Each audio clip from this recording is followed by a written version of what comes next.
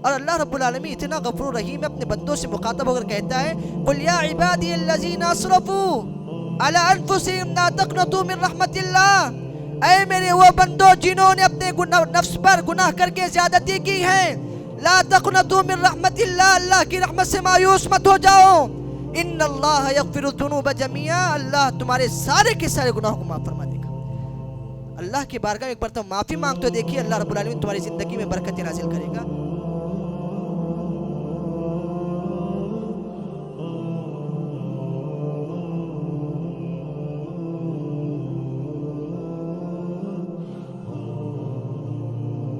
تمام تعریفیں اس اللہ وحدہ لا شریک کے لیے لائق و زیبا ہے، جو سارے جہاں کا خالق، مالک و پالنہار ہے۔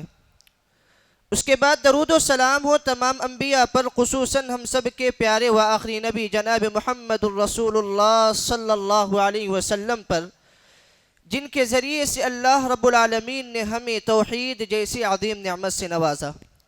اللہم صلی علی محمد وعلی آل محمد کما صلیت علی ابراہیم وعلی آل ابراہیم انک حمید مجید۔ اللہم بارک علی محمد وعلی آل محمد کما بارکت علی ابراہیم وعلی آل ابراہیم انک حمید مجید۔ محترم حضرات، اللہ رب العالمین نے ہم تمام انسانوں پر بے شمار نعمتیں انعام فرمائی ہے، اور انسان کو تمام مخلوقات میں اشرف المخلوقات کا لقب دیا، لیکن ان تمام اعزازات کے باوجود انسان کے اندر اللہ رب العالمین نے کچھ بشری کمزوریاں بھی رکھی ہے۔ انہی میں سے ایک بڑی کمزوری یہ ہے کہ انسان چاہتے نہ چاہتے ہوئے بھی گناہوں میں مبتلا ہو جاتا ہے،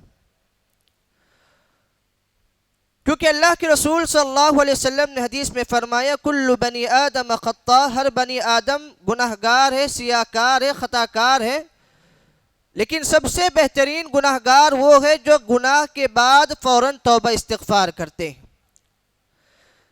ان حدیث سے معلوم ہوتا ہے کہ انسان چاہتے نہ چاہتے ہوئے اس کی زندگی میں گناہوں کا سرزد ہونا یہ ایک لازمی امر ہے، لیکن اگر انسان ان گناہوں کی معافی اللہ رب العالمین کے بارگاہ میں نہ مانگے تو وہ گناہ انسانی زندگی میں اپنا اثر دکھاتی ہے۔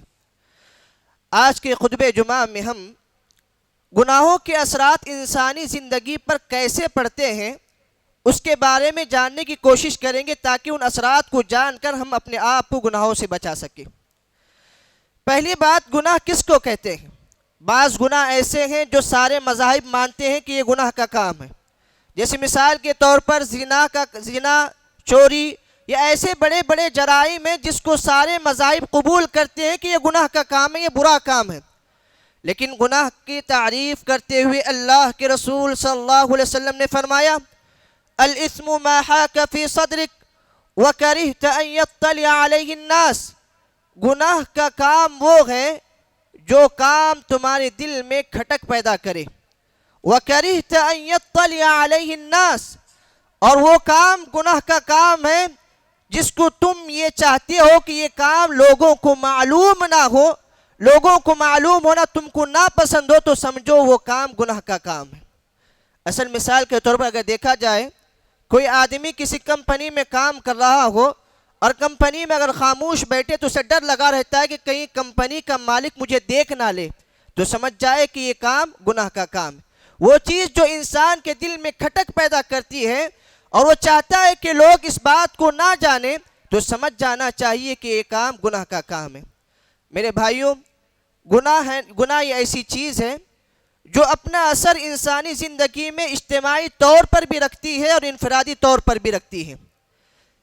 ہم پہلے اجتماعی طور پر جاننے کی کوشش کریں گے کہ گناہوں کے اثرات اجتماعی طور پر یعنی پوری قوم پر کیسے پڑتے ہیں۔ سب سے پہلی چیز، جب کوئی قوم گناہوں میں مبتلا ہو جاتی ہے، اللہ رب العالمین اس پر عذاب کو مسلط کر دیتا ہے۔ اللہ کے رسول صلی اللہ علیہ وسلم نے فرمایا والذی نفسی بیدی لتأمرن بالمعروف ولتنہون عن المنکر، اللہ کی قسم، اس ذات کی قسم جس کے ہاتھ میں میری جان ہے، تم برابر امر بالمعروف یعنی بھلائی کا حکم دیتے رہو اور برائی سے روکتے رہو. اگر تم یہ کام نہیں کرو گے او لیوشکن اللہ ان یبعث علیکم، تو اللہ رب العالمین تم پر عذاب کو مسلط کر دے گا. ثم تدعونہ فلا یستجاب لکم، اس کے بعد تم لوگ دعائیں کرو گے لیکن تمہاری دعا قبول نہیں ہوگی. ہم اس حدیث میں ذرا رک کر غور کرتے ہیں. آج ہم کیا اس فریضے کو انجام دینے میں آگے ہیں؟ امر بالمعروف و نہی عن المنکر کا فریضہ ہم نے اس کو محدود رکھ دیا ہے. ہم نے سمجھ لیا ہے کہ یہ جو امر بالمعروف و نہی عن المنکر کا جو فریضہ ہے یہ صرف علماء کا کام ہے، عوام کا کام نہیں.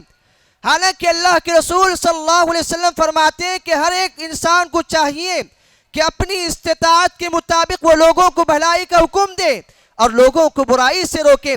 اگر یہ کام تم کرنا چھوڑ دو گے اللہ رب العالمین تم پر عذاب کو نازل کر دے گا. اس کے بعد تم دعائیں کرو گے لیکن تمہاری دعا قبول نہیں ہوگی. تو آج ہم دعائیں پہ دعائیں کرتے جاتے ہیں لیکن ہمارے حالات نہیں بدل رہے. اس کی بنیادی وجہ کئی ہو سکتے ہیں اسباب. ان میں سے ایک سبب یہ بھی ہے کہ ہم نے اس فریضے کو، جس فریضے کے مطابق اللہ رب العالمین نے ہمیں تمام امتوں میں بہترین امت قرار دیا تھا، کنتم خیر امت اخرجت للناس تأمرون بالمعروف وتنہون عن المنکر، تم بہترین امت ہو. وجہ یہ ہے کہ تم لوگوں کو بھلائی کا حکم دیتے ہو اور برائی سے روکتے ہو. ہم نے اس فریضے کو چھوڑ دیا، اللہ رب العالمین نے ہمیں عذاب میں مبتلا کر دیا اور ہم دعائیں بھی کرتے ہیں لیکن ہماری دعائیں قبول نہیں ہوتی. ایک اثر یہ پڑتا ہے. اور دوسرا اثر یہ پڑتا ہے اجتماعی طور پر، جب اللہ کے رسول صلی اللہ علیہ وسلم فرماتے ہیں جب کسی قوم کے اندر 5 بیماریاں 5 گنا عام ہو جاتے ہیں تو اللہ رب العالمین انہیں 5 اہم سزاؤں میں مبتلا کر دیتا ہے. اس حدیث میں ذرا غور کیجیے. اللہ کے رسول صلی اللہ علیہ وسلم فرماتے ہیں جب کسی قوم میں بے حیائی عام ہو جائے، زنا کا کلچر عام ہو جائے، بے حیائی علانیہ طور پر بے حیائی عام طور پر ہونے لگے تو اللہ رب العالمین اس قوم پر سزا کے طور پر ایسی بیماریوں میں مبتلا کر دیتا ہے اس قوم کو جس کا وہ اہم سوچ بھی نہیں سکتی. اللہ رب العالمین انہیں ایسی بیماریوں میں مبتلا کر دیتا ہے. آج ہم معاشرے میں اگر نظر ڈالیں، آج ہماری ہر معاشرے کے اندر جگہ جگہ پر بے حیائی عام ہو چکی ہے. یہی وجہ ہے کہ پہلے کے لوگوں میں جو بیماریاں نہیں تھیں آج ایسی بیماریاں جنم لے رہی ہیں جو انسان سوچ بھی نہیں سکتا. بظاہر انسان سامنے سے اچھا نظر آتا ہے، ہٹا کھٹا نظر آتا ہے، طاقتور نظر آتا ہے، لیکن جب اس کے جسم کے اندر معلومات لی جائیں تو بیماریوں کا پتلا نظر آتا ہے. ایسی بیماریاں اس کے جسم کے اندر ہوتی ہیں جس کا وہ سوچ بھی نہیں سکتا تھا. اس کی بنیادی وجہ ہے اللہ کے رسول صلی اللہ علیہ وسلم نے فرمایا جب کسی قوم کے اندر بے حیائی اور زنا عام ہو جائے اللہ رب العالمین اس قوم کو ایسی بیماریوں میں مبتلا کر دیتا ہے جس کو وہ سوچ بھی نہیں سکتی تھی. اور دوسرا گناہ، جب کسی قوم کے اندر ناپ تول میں کمی کی جانے لگی، تجارت میں دھوکہ دینے لگ جائے، اس قوم پر اللہ رب العالمین سزا کے طور پر اللہ رب العالمین انہیں فقر و فاقہ میں مبتلا کر دیتا ہے، غربت میں مبتلا کر دیتا ہے. آپ قرآن مجید میں جب قرآن مجید کا مطالعہ کریں گے اللہ رب العالمین نے قرآن مجید میں کئی اقوام کا تذکرہ کیا ہے. جب قوموں نے اللہ کی نافرمانی کی، رسول کی نافرمانی کی تو ان کے ساتھ کیا انجام ہوا اس کا بھی تذکرہ کیا ہے. لیکن ناپ تول میں کمی کرنا یہ ایسا بڑا جرم ہے. اللہ رب العالمین نے کسی قوم پر ایک ساتھ 3 عذابات نازل نہیں فرمائے، لیکن قوم شعیب ایسی قوم ہے جو اللہ کے ساتھ شرک بھی کرتی تھی، ساتھ میں ناپ تول میں کمی بھی کرتی تھی، لیکن اللہ رب العالمین نے قوم شعیب پر ایک ساتھ 3 عذابات نازل فرمائے. پہلا عذاب اللہ رب العالمین نے انہیں گرمی میں مبتلا کر دیا. اس کے بعد دوسرا عذاب اللہ رب العالمین نے انہیں آگ برسایا آسمان سے. دوسرا عذاب اللہ رب العالمین نے انہیں چیخ و پکار میں مبتلا کر دیا. اور تیسرا عذاب اللہ رب العالمین نے انہیں زلزلے کے ذریعے اللہ رب العالمین نے انہیں زمین میں دھسا دیا. مفسرین علماء اکرام کہتے ہیں پہلے 7 دن اللہ رب العالمین نے قوم شعیب پر ایسی سخت گرمی کو نازل کیا کہ لوگ پریشان ہو گئے، پورے لوگ پریشان ہو گئے۔ 7 دن کے بعد تھوڑی سی جب بدلی آ گئی تو لوگ سمجھ گئے کہ اب اللہ رب العالمین اپنی رحمت نازل کرے گا، تو سائے کے نیچے جمع ہو گئے۔ لیکن اللہ رب العالمین نے قوم شعیب پر آسمان سے آگ کو نازل کر دیا، آگ برسایا۔ اس کے بعد یہاں سے چیخ و پکار کا عذاب اللہ نے نازل کر دیا، اور زمین وہاں سے زلزلے کے ذریعے پھٹ گئی اور وہ زمین میں دھس گئے۔ تو ناپ تول میں جب کوئی قوم ناپ تول کے اس بیماری میں مبتلا ہو جاتی ہے، اللہ رب العالمین اسے فقر و فاقہ میں مبتلا کر دیتا ہے۔ اور تیسرا بڑا جرم، جب کوئی قوم اللہ اور اس کے رسول صلی اللہ علیہ وسلم سے جو وعدہ کیا گیا اس وعدے کی خلاف ورزی کرتی ہے، اللہ رب العالمین اس قوم پر دشمن کو مسلط کر دیتا ہے۔ یہاں رک کے ذرا ہم اپنی زندگی کا جائزہ لیں، ہم کتنا اللہ اور اس کے رسول صلی اللہ علیہ وسلم سے کیے گئے وعدے پر عمل کر رہے ہیں؟ ہم کتنا اپنی زندگی میں اللہ اور اس کے رسول صلی اللہ علیہ وسلم کی تعلیمات پر عمل پیرا ہو رہے ہیں؟ آج ہماری زندگی میں دنیاوی مفاد آگے ہیں، لیکن اللہ اور اس کے رسول صلی اللہ علیہ وسلم کی تعلیمات کو ہم پیچھے رکھ دیتے ہیں۔ یہی وجہ ہے اللہ رب العالمین نے ہمیں سزا کے طور پر ہم پر دشمنوں کو مسلط کر دیا ہے، اور آج ہم یہ دشمن ہمارے جو حدود ہوتے ہیں، ہمارے جو جائز حق ہوتے ہیں، اس کو بھی آج دشمن اس سے ختم کرنا چاہتے ہیں۔ اس کی واضح مثال آپ لوگ جانتے ہیں، حالات حاضرہ سے ہمارے سے زیادہ آپ واقف ہیں۔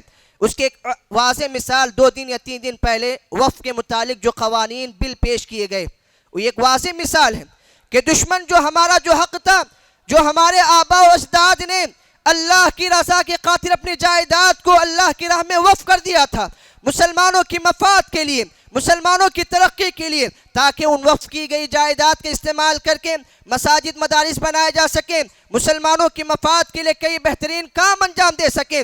اس کے لیے اللہ کی رضا کے خاطر ہمارے آباء و اجداد نے اپنی جائیداد کو اللہ کی راہ میں وقف کر دیا تھا۔ لیکن 2013 کے ایکٹ میں موجودہ حکومت وقف کا ترمیم لانا چاہتی ہے، بدلنا چاہتی ہے، مسلمانوں کے جو حقوق ہیں ان کو ختم کرنا چاہتی ہیں۔ لیکن میرے بھائیوں، اگر ہم ان حقوق کو نہیں جانیں گے، ہم ان وقف کی گئی جائیداد کے بارے میں نہیں جانیں گے، اور اس سے پہلی بات، اہم بات، یہ دشمن ہم پر مسلط ہونے کی بنیادی وجہ ہم نے اللہ اور اس کے رسول صلی اللہ علیہ وسلم کی تعلیمات کو چھوڑ دیا، اور ہم پر دشمن مسلط اس لیے ہوئے۔ اگر ہم چاہتے ہیں کہ دشمن ہم پر مسلط نہ ہو، ہمارے حقوق ختم نہ کریں، بنیادی ہمیں چاہیے کہ سب سے پہلا کام ہم اللہ اور اس کے رسول صلی اللہ علیہ وسلم کی تعلیمات پر عمل کریں، اپنی زندگی کو رسول اللہ صلی اللہ علیہ وسلم کی تعلیمات کے مطابق بنائیں۔ اللہ رب العالمین ہم مسلمانوں کے حقوق کی حفاظت کرے گا۔ جب تک ہم اپنی زندگی کو نہیں بدلیں گے، حالات ایسے ہی بدلتے چلے جائیں گے۔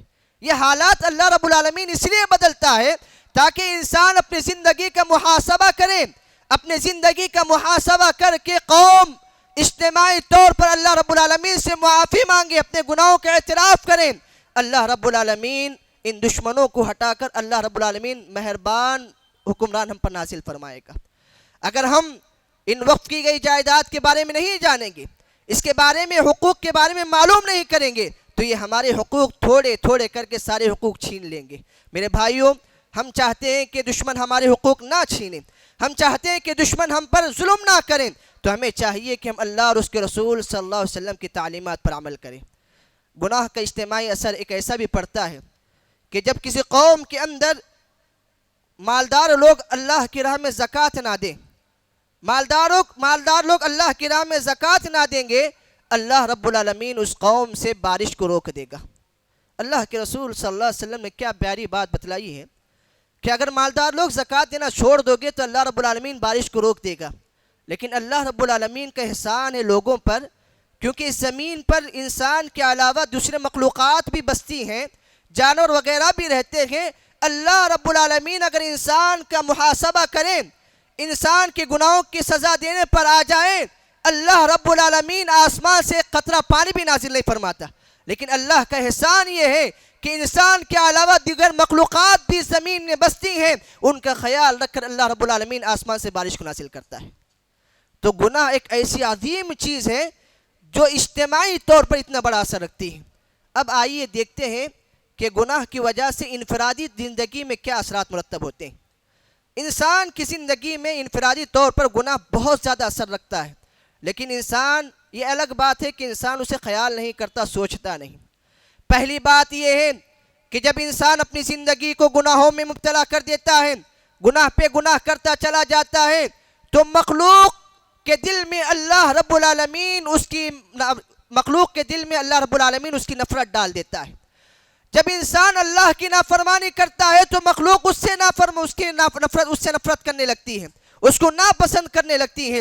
آپ نے یہ حدیث بارہا سنا ہوگا، اللہ کے رسول صلی اللہ علیہ وسلم فرماتے ہیں جب اللہ رب العالمین کسی بندے سے محبت کرتا ہے، جبرائیل علیہ السلام کو بلاتا ہے اور جبرائیل علیہ السلام سے کہتا ہے اے جبرائیل میں فلاں بندے سے محبت کرتا ہوں، آپ بھی اس سے محبت کیجئے۔ جبرائیل علیہ السلام بھی اس سے محبت کرنے لگ جاتے ہیں۔ اس کے بعد اللہ رب العالمین کہتا ہے جاؤ آسمان کی ساری مخلوقات میں اعلان کر دو اللہ رب العالمین فلاں بندے سے محبت کرتا ہے، تم بھی اس سے محبت کرو۔ جبرائیل علیہ السلام آسمان میں جا کے اعلان کرتے ہیں، آسمان کی ساری مخلوقات اس بندے سے محبت کرنے لگتی ہیں، یہاں تک کہ اللہ رب العالمین دنیا میں پائی جانے والی ساری مخلوقات کے دل میں اس بندے کی محبت ڈال دیتا ہے۔ اس کے بعد سارے بندے اس سے محبت کرنے لگ جاتے ہیں۔ وہیں اگر انسان اپنی زندگی کو گناہوں پہ گناہ پہ گزارے، اللہ رب العالمین جبرائیل علیہ السلام کو بلا کے کہتا ہے جبرائیل فلاں بندے سے میں نفرت کرتا ہوں، ناپسند کرتا ہوں، تم بھی اس کو ناپسند کرو۔ اس کے بعد سارے آسمان والے اسے ناپسند کرتے ہیں، یہاں تک کہ سارے لوگوں کے دلوں میں اس کی نفرت ڈال دی جاتی ہے اور سارے لوگ اس سے نفرت کرنے لگ جاتے ہیں۔ یہ انفرادی زندگی میں پہلا اثر۔ دوسرا اثر یہ ہے کہ انسان کے گناہوں کی وجہ سے انسان کا رزق بھی متاثر ہوتا ہے۔ انسان کا رزق متاثر ہوتا ہے۔ رزق کا تعلق اعمال سے بڑا گہرا تعلق ہے۔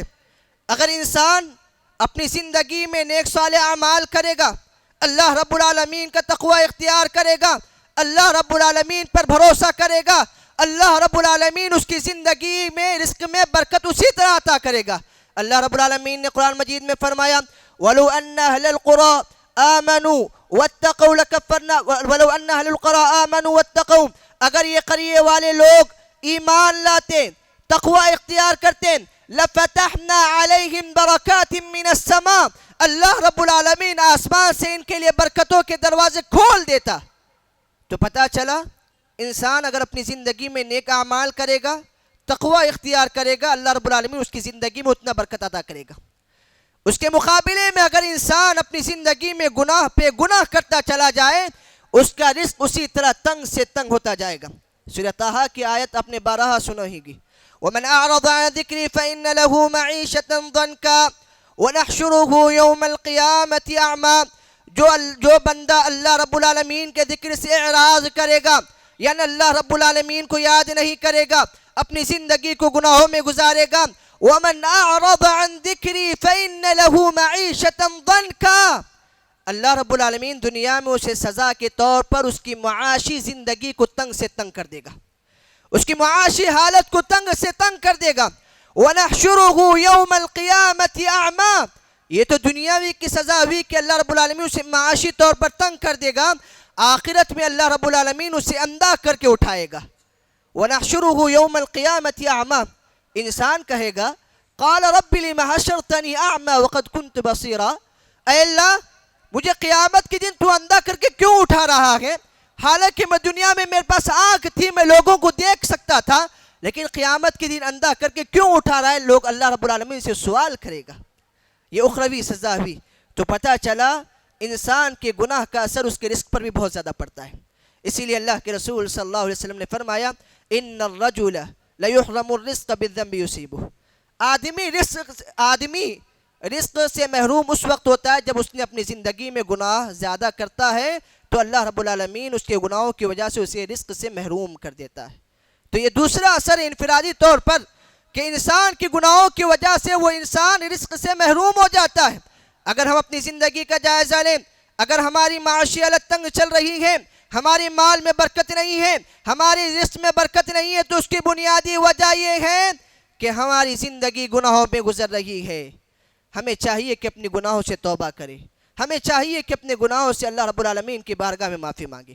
ایک تیسرا اثر انسانی زندگی میں یہ پڑتا ہے کہ انسان جب گناہوں میں مبتلا ہو جاتا ہے تو انسان کو گناہ ہے نا انسان کو سست اور کاہل بنا دیتی ہے۔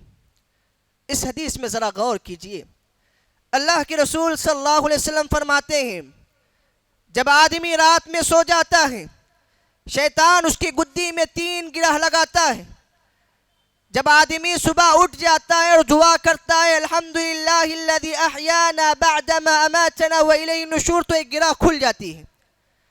اس کے بعد جب وضو بناتا ہے تو دوسری گرہ کھل جاتی ہے، اور اس کے بعد جب نماز پڑھتا ہے تو تیسری گرہ کھل جاتی ہے۔ اس کے بعد اللہ کے رسول صلی اللہ علیہ وسلم فرماتے ہیں فَأَصْبَحَ نَشِيطًا طَيِّبًا، اللہ کے رسول صلی اللہ علیہ وسلم فرماتے ہیں اس کے بعد انسان کی وہ صبح بڑی پاک و صاف ہوتی ہے، چست انسان ہوتا ہے، اللہ رب العالمین اس کی زندگی میں اس کے جسم میں طاقت دے دیتا ہے۔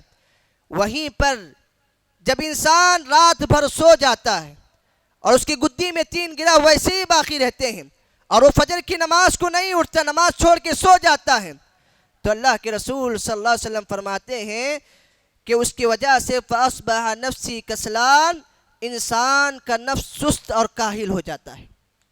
ہم اپنی زندگی کا جائزہ لیں، وہ مسلمان جو نماز جمعہ کے لیے مساجد میں آتے ہیں وہ نماز میں کہاں چلے جاتے ہیں؟ رات بھر جاگنا ان کو اچھا لگتا ہے لیکن نماز پڑھنا انہیں اچھا نہیں لگتا۔ فجر کی نماز میں جمعہ کے وقت جہاں مساجد بھری پڑی رہتی ہیں، فجر کی نماز میں ایک سب مشکل سے نظر آتی، کیوں؟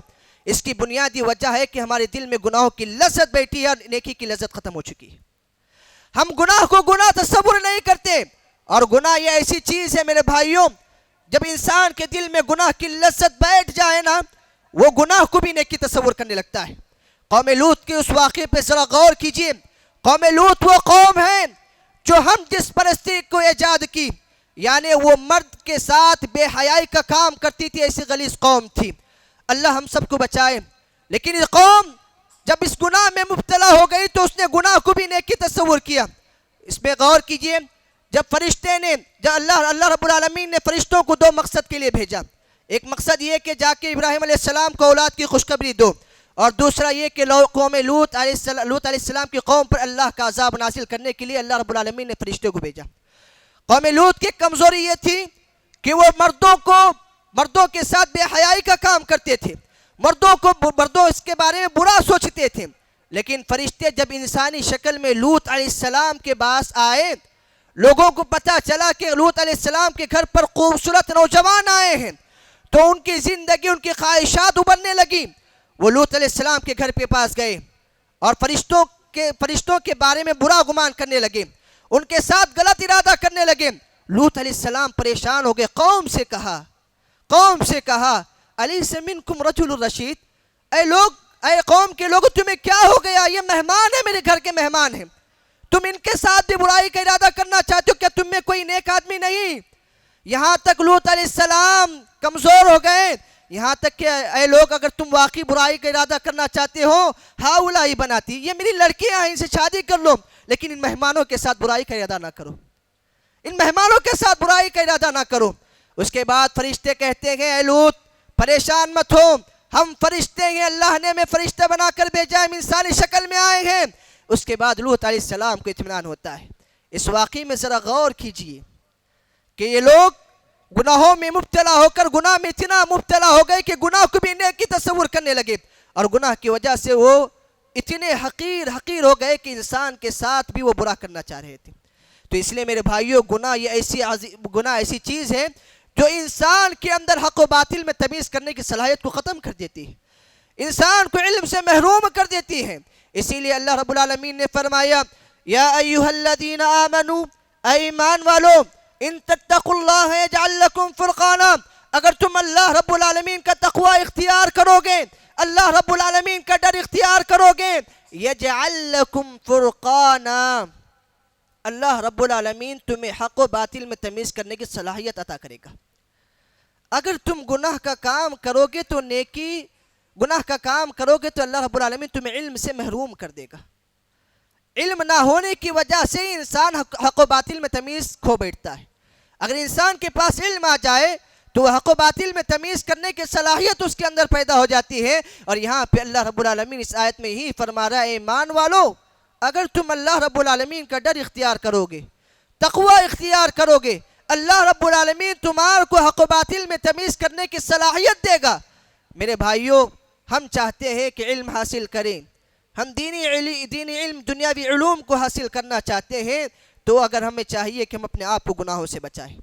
جب تک ہم اپنے آپ کو گناہوں سے نہیں بچائیں گے، اس وقت تک ہمارے دل میں علم حاصل نہیں ہو سکتا۔ علم یہ نور ہے اور یہ گناہ یہ تاریکی ہے۔ نور اور تاریکی دونوں ایک جگہ جمع نہیں ہو سکتے۔ میں یہاں ایک بات بتانا مناسب سمجھتا ہوں کہ آج ہم کالجز کی تعلیم کے نام پر، دنیاوی تعلیم کے نام پر اپنے بچوں کو نمازوں سے دور کرتے ہیں، اپنے بچوں کو نیکیوں سے دور کرتے ہیں۔ یہی وجہ ہے کہ آج ہمارے بچے ہمارے ماں باپ کی نافرمان بنتے جا رہی ہیں۔ جیسے کہ میں نے کہا کہ گناہ کا اثر یہ پڑتا ہے کہ مخلوق خالق کی جب نافرمانی کی جاتی ہے تو مخلوق بھی انسان سے نفرت کرنے لگتی ہے۔ اس کی وجہ یہ بھی ہے کہ جب انسان اپنے زندگی میں دیکھے کہ اس کے اولاد اس کی نافرمان ہے، اس کی بیوی اس کی نافرمان ہے، اس کی بنیادی وجہ یہ ہے کہ اس کے گناہوں کا یہ اثر ہے کہ اس کی بیوی اس کی نافرمانی کر رہی ہے، اس کی اولاد اس کی نافرمانی کر رہی ہے۔ ہم دنیاوی تعلیم کے خاطر اپنے بچوں کو اعلیٰ سے اعلیٰ ڈگری دلاتے ہیں، لیکن دین سے انہیں دور کرتے ہیں۔ اس بارے میں ہم خیال نہیں کرتے کہ اللہ رب العالمین ہمیں اس بارے میں پوچھے گا کہ تم نے اپنے بچوں کو کیوں دنیاوی کی یہ ڈگری نہیں دلائی، ڈاکٹر کیوں نہیں بنائے، انجینئر کیوں نہیں بنائے؟ پوچھے گا اللہ رب العالمین، یہ ضرور پوچھے گا تم نے اپنے بچوں کی تربیت کیسی کی، تم نے اپنے بچوں کو نماز پڑھایا کہ نہیں پڑھایا، تم نے اپنے بچوں کی دینی تربیت کی کہ نہیں کی۔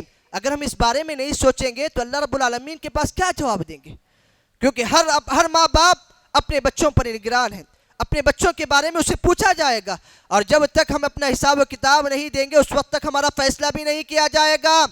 دنیاوی تعلیم کے بارے میں سوچیے، غلط نہیں ہے، ان کو اعلیٰ سے اعلیٰ ڈگری دلائیے، لیکن اپنے بچوں کو ذرا نیک بھی بنائیے، اسے دین سے بھی جوڑے رکھیے۔ جب اس کے دل میں ایمان کی لذت بیٹھ جائے گی، ایمان کی لذت بیٹھ جائے گی، نیکی کی لذت بیٹھ جائے گی، وہ اپنے آپ کو گناہوں سے بھی بچائے گا۔ جب وہ اپنے آپ کو گناہوں سے بچائے گا تو اپنے ماں باپ کے لیے صدقہ جاریہ بھی بنے گا۔ اگر ہم اپنے بچوں کی دینی تربیت نہیں کریں گے تو بچے کہاں سے ماں باپ کے لیے صدقہ جاریہ بنیں گے؟ جبکہ انسان جب مر جاتا ہے تو اسے کام آنے والی 3 چیزیں ہیں، اس کا نیک عمل، اس کا صدقہ جاریہ اور اس کی اولاد جو اس کے حق میں دعا کرے۔ یہی 3 چیزیں انسان کو مرنے کے بعد کام آتی ہیں، لیکن ہم اس کے بارے میں نہیں سوچتے۔ میرے بھائیوں، ہمیں سوچنا چاہیے، اگر ہماری اولاد ہماری نافرمانی کر رہی ہے تو اس کی وجہ ہے کہ ہمارے گناہ ہو سکتے ہیں۔ اسی لیے سلف کے بارے میں کہا جاتا ہے کہ جب بھی میں دیکھتا ہوں اپنے گھر میں میری بیوی میری بات نہیں مان رہی ہے، میری سواری میری بات نہیں مان رہی ہے، تو میں سمجھتا ہوں کہ یہ میرے ہو سکتا ہے یہ میرے گناہ کا کوئی اثر ہو۔